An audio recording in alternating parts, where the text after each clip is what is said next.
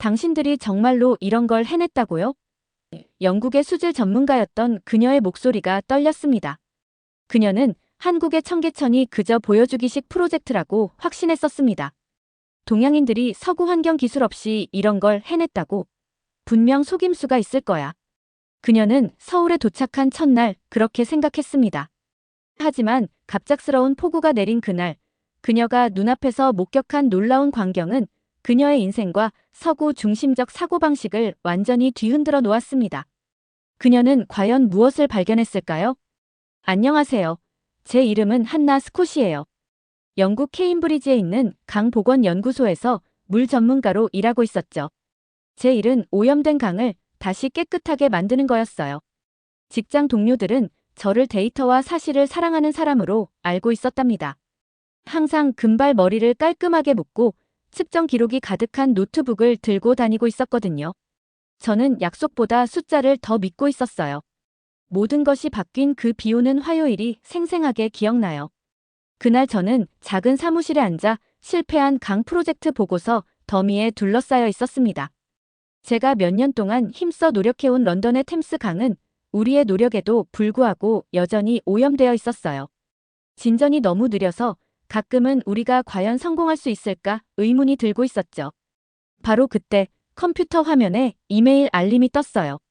우리의 세계 강 복원 프로젝트 데이터베이스에 새 데이터가 추가됐다는 내용이었습니다. 보통 이런 업데이트는 저를 별로 흥분시키지 않았어요. 전 세계 대부분의 프로젝트가 런던에서 우리가 겪고 있는 것과 같은 문제에 직면하고 있었거든요. 하지만 이건 제 눈길을 끌었어요. 청계천 복원 사업, 대한민국 서울. 파일을 클릭하고 읽기 시작했습니다.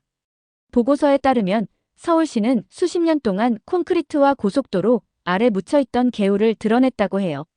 그리고 깨끗한 물이 흐르고 물고기가 헤엄치는 살아있는 수로로 다시 만들었다는 거였죠. 이건 말이 안 돼. 안경을 코 위로 밀어올리며 혼잣말을 하고 있었어요.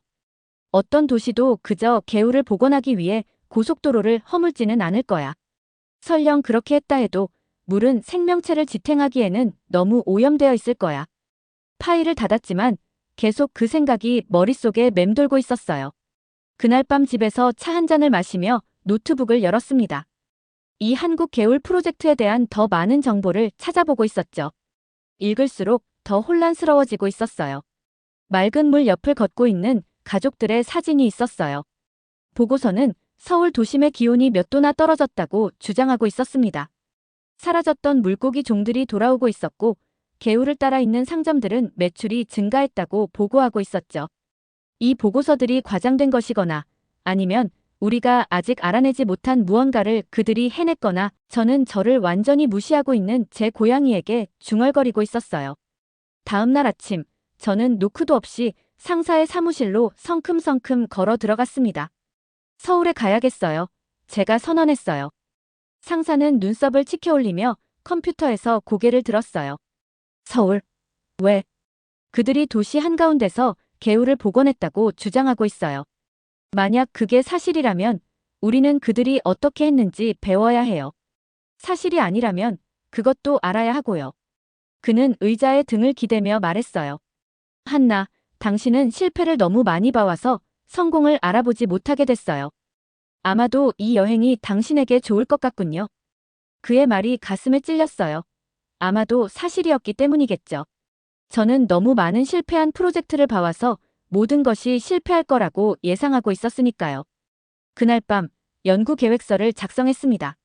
서울에서 3개월 동안 모든 것을 확인하기로 했어요. 수질, 개울의 식물과 동물, 개울이 도시 생활에 어떻게 어울리는지, 그리고 현지인들이 이에 대해 어떻게 생각하는지에 대해서요. 여행 자금이 정부에서 승인되었을 때 저는 별 감흥 없이 장비를 꾸리고 있었어요. 이건 그저 사실을 확인하는 임무일 뿐 그 이상은 아니었거든요. 저는 표면 아래에서 실제로 무슨 일이 일어나고 있는지 밝혀내려 했습니다. 한국으로 가는 비행기 안에서 저는 상세한 계획을 세우고 있었어요. 여러 장소에서 물을 테스트할 거예요. 물고기와 식물의 종류를 세고 현지 전문가들과 일반 사람들을 인터뷰할 예정이었죠. 사진도 찍고 샘플도 수집할 거예요. 그리고 이 기적이 그저 교묘한 마케팅일 뿐이라는 걸 증명하려고 하고 있었습니다. 비행기가 인천공항을 향해 내려가고 있을 때 저는 창문 밖으로 아래 펼쳐진 거대한 도시를 바라보고 있었어요. 서울은 다른 대도시와 똑같아 보였어요. 분주하고 붐비고 콘크리트와 유리로 가득 차 있었죠. 어떤 비밀을 숨기고 있는지 볼까? 비행기 바퀴가 땅에 닿을 때 노트북을 꼭 쥐며 속삭이고 있었어요. 이 도시가 내 연구뿐만 아니라 세상을 바라보는 나의 전체적인 방식을 바꿀 거라는 걸 그때는 전혀 알지 못했답니다. 서울에서의 첫날은 제가 청계천에 도착하기도 전에 저를 놀라게 했습니다. 공항에서 출발한 기차가 부드럽고 빠르게 도시로 들어가고 있었어요. 모든 승객들은 조용히 앉아서 휴대폰이나 책을 보고 있었죠. 밀치거나 큰 소리로 떠드는 사람도 없었고 혼란스러운 상황도 전혀 없었습니다. 모든 것이 완벽하게 돌아가고 있었어요. 이런 모습을 보니 런던의 기차들이 오래되고 느린 것처럼 느껴지더라고요. 아마도 이 나라를 과소평가했나 보다. 창밖으로 지나가는 높은 건물들을 바라보며 생각하고 있었어요. 하지만 오래된 습관은 쉽게 바뀌지 않더라고요. 다음 날 아침이 되자마자 이 하천 복원 프로젝트가 사람들이 말하는 것만큼 좋을 리 없다는 걸 증명하기 위한 계획을 이미 세우고 있었습니다. 아침 정확히 8시 30분에 을지로역에 도착했어요. 제 배낭은 물 검사 장비로 가득 차 있었고 노트북과 카메라, 그리고 샘플병들도 들고 있었죠. 역 계단을 올라 거리로 나오는 동안 아침 공기가 시원하게 느껴지고 있었어요. 그리고 바로 그때 제 눈에 들어왔습니다. 마치 마법처럼 청계천이 나타났어요. 높은 도시 건물들 사이로 흐르는 물줄기였죠. 가족들이 물가 근처의 돌길을 따라 걷고 있었고 회사원들은 벤치에 앉아 커피를 마시며 아침 햇살을 즐기고 있었어요. 작은 새들이 물가를 따라 폴짝폴짝 뛰어다니고 있었습니다. 마치 잡지에 실린 사진처럼 너무 완벽해 보여서 실제 장소라고 믿기 어려웠어요. 스코씨, 저는 선임연구원 박준호입니다. 청계천에 오신 것을 환영합니다. 돌아보니 제 또래쯤 되는 남자가 노란색 연구원 조끼 아래 깔끔한 흰 셔츠를 입고 서 있었어요. 그는 짧은 검은 머리에 태블릿 컴퓨터를 들고 있었죠. 그의 차분한 얼굴에서 호기심 어린 눈빛이 느껴지고 있었어요. 저는 홍보부서에서 누군가를 만날 거라고 생각했는데 다른 과학자를 만나게 될 줄은 몰랐어요. 준호 씨는 뭔가를 팔려고 하는 사람처럼 말하지 않았어요. 그는 신중하게 말하며 제가 보고 싶어 하는 것들을 정확히 보여주고 있었습니다. 제가 물이 어디서 오는지 물었을 때 그는 제 질문을 피하지 않았어요. 대신 그는 저를 하천 시작 부분 근처에 있는 작은 건물인 제어 스테이션으로 직접 데려갔습니다. 우리는 아무것도 숨기지 않아요.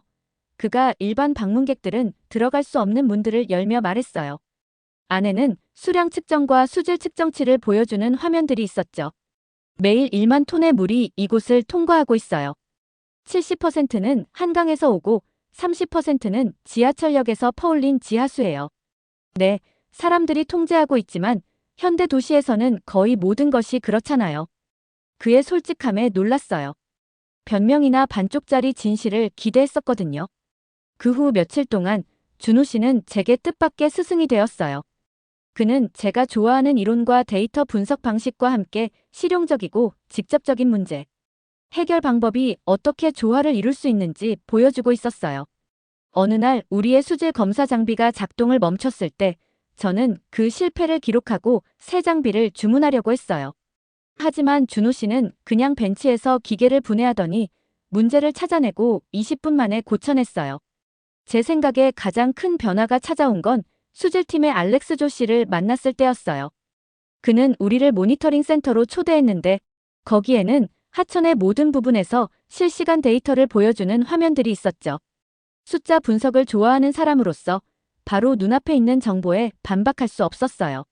수질은 제가 연구했던 많은 자연 하천보다 더 좋았습니다.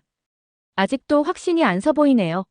알렉스가 작은 미소를 지으며 말했어요. 숫자는 조작될 수 있죠. 저는 자동적으로 대답했어요. 그의 대답이 저를 놀라게 했어요. 그럼 더 깊이 들어가 봅시다. 내일 캐서린 박 교수님과 함께 하천에 수중 카메라를 설치할 거예요. 그분은 호주에서 오셨는데 아마 우리보다 그분을 더 신뢰하실 수도 있겠네요. 부끄러움에 얼굴이 빨개지는 걸 느꼈어요. 그는 제가 서양 과학자들보다 한국 과학자들을 덜 신뢰할 수도 있다는 점을 부드럽게 지적하고 있었거든요. 그날 밤 호텔방에서 제 노트를 살펴보면서 불편한 사실을 깨달았어요. 저는 성공을 이해하려고 노력하는 대신 실패를 찾고 있었던 거예요.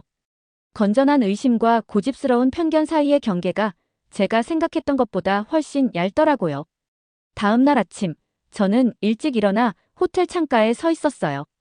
도시는 이미 출근하는 사람들로 붐비고 있었고, 멀리서 아침 햇살을 받는 하천의 모습이 보였습니다. 오늘은 달라질 거야. 저는 스스로에게 약속했어요. 오늘은 제대로 눈을 뜨고 내가 보고 싶은 것이 아니라 정말로 여기 있는 것을 볼 거야. 저는 노트북을 집어들고 의심에서 발견으로 향하는 문턱을 넘을 준비를 하며 밖으로 나섰습니다. 물고기는 거짓말을 하지 않아요. 캐서린 박 교수님이 미소 지으며 말했어요. 우리가 수중 카메라를 준비하고 있을 때였죠. 그녀의 곱슬거리는 갈색 머리가 장비를 확인하는 동안 통통 튀고 있었어요. 제가 모든 일을 조심스럽게 단계별로 접근하는 것과 달리 캐서린은 빠르게 움직이며 목소리에 흥분을 담아 말하고 있었죠. 하지만 우리의 다른 스타일에도 불구하고 저는 즉시 그녀의 과학적 지식을 존중하게 됐어요. 그 후 2주는 제 인생에서 가장 바쁜 시간이 됐어요. 매일 아침, 저는 준호를 만나 개울의 여러 부분에서 물 샘플을 채취하고 있었죠. 오후에는 알렉스와 함께 그의 실험실에서 물을 테스트하고 있었고요. 저녁 시간은 캐서린과 함께 수중 카메라의 영상을 보며 우리가 본 물고기와 식물들을 식별하는 데 쓰고 있었답니다. 이 세 가지 다른 접근법인 공학, 화학, 생물학을 통해 저는 개울의 전체 그림을 보기 시작했어요. 완벽하지는 않았지만 제가 예상했던 것보다 훨씬 더 성공적이었어요. 제 가장 큰 변화의 순간은 서울에서의 3주차에 일어났어요. 사람들이 몰려오기 전 이른 아침에 혼자서 개울의 시작점을 방문하기로 했죠. 물이 처음 나타나는 곳은 오래된 돌다리 근처예요. 제가 돌 아래에서 물이 부글부글 솟아오르는 것을 지켜보고 있을 때 근처 벤치에 앉아있는 노부부를 발견했어요. 아이들은 얕은 물에서 놀고 있었는데 플라스틱 컵으로 작은 물고기를 잡으려고 하고 있었죠. 그 광경은 제 할머니가 예전에 저에게 말씀해 주셨던 것을 떠올리게 했어요. 할머니는 공장들이 수영이나 낚시를 하기에는 너무 더럽게 만들기 전 그녀가 어린 소녀였을 때 런던의 템스 강이 어떻게 보였는지 설명해 주셨어요. 할머니의 어린 시절에 강은 피해야 할 오염된 수로가 아니라 지역사회가 모이는 장소였답니다. 깨끗한 물만의 문제가 아니에요. 캐서린이 전날 저에게 말했었죠. 개울이 사람들이 만나고 자연을 즐길 수 있는 공간을 어떻게 만드는지 보세요. 그녀 말이 맞았어요. 개울 전체 길이를 따라 저는 악기를 연주하는 음악가들, 그림을 그리는 예술가들, 점심을 먹기 위해 만나는 친구들, 그리고 저녁 산책을 하는 가족들을 보았답니다. 개울은 도시의 심장이 되어 콘크리트 동네를 통해 생명과 에너지를 펌프질하고 있었어요. 제가 처음에 인공적이라고 무시했던 것은 사실 더 복잡하고 인상적인 것이었어요. 그것은 분주한 도시 안에서의 자연 과정의 세심한 균형이었죠. 엔지니어들은 단순히 물 기능을 만든 것이 아니라 자연과 사람 모두에게 효과적인 전체 생태계를 만들었던 거예요. 개울 설계의 진짜 시험은 어느 오후에 갑자기 찾아왔어요. 검은 구름이 모이고 비가 쏟아지기 시작했죠. 폭풍이 닥쳤을 때 저는 준호와 함께 개울의 중간 부분 근처에 있었어요. 비로 인해 수위가 빠르게 상승하자 저는 홍수를 걱정하고 있었죠. 하지만 준호는 차분했어요. 보세요. 그가 다리 아래 거의 보이지 않는 수로를 가리키며 말했어요. 물이 불어나자 이 특별한 배수로가 활성화됐어요. 넘치는 물이 홍수를 일으키지 않고 이 수로를 통해 흘러가고 있었죠. 자연과 맞서 싸우는 것이 아니라 자연과 함께 작동하는 공학이었어요. 그 주 후반에 캐서린과 함께 수중 카메라 영상을 검토하면서 저는 불가능하다고 생각했던 것을 보았어요. 토종 물고기 종들이 개울의 다른 구역 사이에 세심하게 설계된 통로를 통해 헤엄치고 있었어요. 캐서린은 이 물고기 통로가 어떻게 분리된 개체군을 연결하여 그들이 더 강해지고 생존할 가능성이 높아지도록 돕는지 설명해주고 있었죠. 가장 어려운 부분은 공학이 아니었어요. 준호가 어느 저녁 우리가 개울을 따라 걷고 있을 때 말했어요. 사람들이 문제 대신 가능성을 보도록 설득하는 것이었죠. 우리는 교통 흐름이 더 중요한지 환경 복원이 더 중요한지에 대해 논쟁하는 여러 그룹과 몇 달 동안 회의를 했어요. 그의 말이 저에게 큰 충격을 주었어요. 저도 같은 종류의 고정된 사고방식에 사로잡혀 있지 않았나요? 제 문제는 개울 자체가 아니라 제 자신의 직업적 정체성이었어요. 만약 서울이 런던이 어려워하는 곳에서 성공했다면 그것이 제 자신의 일에 대해 무엇을 말해주는 걸까요? 제 저항은 과학에 기반한 것이 아니었어요. 이 성공을 인정하는 것이 제 자신의 프로젝트 실패를 인정하는 것을 의미한다는 두려움에서 왔던 거죠. 그날 밤 호텔방에 혼자 있으면서 저는 제 모든 데이터를 침대 위에 펼쳐 놓았어요. 수질 측정치, 물고기 수, 온도 측정치, 경제적 영향 연구 등이요. 증거는 압도적이었어요. 저는 실패를 찾으러 왔는데 명백한 성공을 발견했던 거죠. 창가로 걸어가 도시의 불빛을 바라보고 있었어요. 저 어딘가에서 개울이 어둠 속을 흐르며 수십 년 동안 분리되어 있던 도시의 부분들을 연결하고 있었죠. 내가 사물을 보는 방식을 완전히 바꾼다는 것은 어떤 의미일까? 저는 혼잣말을 하고 있었어요. 그 답은 두렵기도 하고 설레기도 했어요. 그것은 제가 틀렸다는 것을 인정하는 걸 의미했어요. 새로운 접근법을 배우는 것을 의미했고요. 하지만 가장 중요한 것은 그것이 런던에서의 제 일의 희망을 다시 가져온다는 의미였어요. 만약 서울이 콘크리트로 덮인 개울을 살아있는 수로로 변화시킬 수 있다면 아마도 템스강도 제가 믿었던 것보다 더 많은 가능성을 가지고 있을지도 모른다는 생각이 들었어요. 그날 밤 저는 몇 년 만에 가장 편안하게 잠을 잤어요. 서울과 런던 모두를 통해 맑은 물이 흐르는 꿈을 꾸며 말이죠. 서울에서의 마지막 날들은 처음 도착했을 때와는 정말 다르게 느껴지고 있었어요. 문제점을 찾으려고 했던 예전과 달리 이제는 성공 사례들을 모으는데 시간을 쓰고 있었죠. 준호 씨가 저를 하천 복원을 설계한 계획팀에 소개해 주었고 캐서린은 그 지역으로 돌아온 모든 식물과 동물들을 기록하는 걸 도와주고 있었어요. 처음에는 제 질문들을 의심스러워했던 알렉스조차도 그들의 팀이 만든 특별한 모니터링 기술들을 공유해 주었습니다. 마지막 날 우리는 물이 매끄러운 돌 위로 흐르며 부드러운 음악을 만들어내는 하천의 한 구역을 방문하고 있었어요. 근처에는 작은 박물관이 있었는데 이곳이 예전에 어떤 모습이었는지 보여주고 있었죠. 자동차와 트럭들이 소음과 오염을 만들어내던 콘크리트 고속도로였어요. 그 차이는 정말 놀라웠습니다. 가능성을 보여줘서 고마워요. 마지막 점심을 함께하면서 3명의 새 친구들에게 말하고 있었어요. 저는 문제를 찾으러 왔는데 대신 집으로 가져갈 수 있는 해결책들을 발견했네요. 런던으로 돌아가는 비행기에 탔을 때 제 가방은 물 샘플들로 더 무거워져 있었고 머릿속은 새로운 아이디어들로 가득 차 있었어요. 변화는 연구에만 있던 게 아니었어요. 저 자신도 변했거든요. 더 자주 웃고 오래된 고정관념들의 의문을 품고 한계 대신 가능성에 대해 생각하고 있었죠. 런던의 작은 사무실로 돌아왔을 때 제 상사는 제 열정에 놀라고 있었어요. 너 변했구나. 회의 테이블 위에 펼쳐놓은 수백 장의 사진들을 보며 말했어요. 의심 많던 한나는 어디 갔지? 1,000만 명이 사는 도시 한가운데로 맑은 물이 흐르는 걸 봤거든요. 대답했어요. 이제는 뭐든 가능하다는 걸 알게 됐어요. 텔레비전에 나올 계획은 없었어요. 하지만 BBC 환경 특집 프로그램에서 제 예비 보고서를 읽고 연락했을 때 제가 배운 것을 나눌 수 있는 기회라고 생각했죠. 밝은 스튜디오 조명 아래 앉아서 말을 신중하게 골랐어요.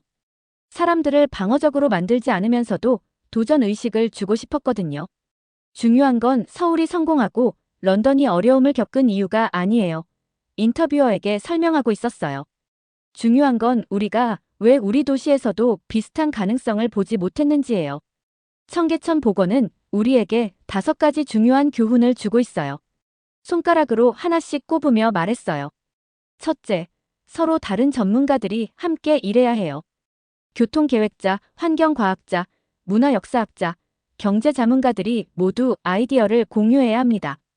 둘째, 정치 지도자들이 어려워져도 프로젝트에 계속 전념해야 해요.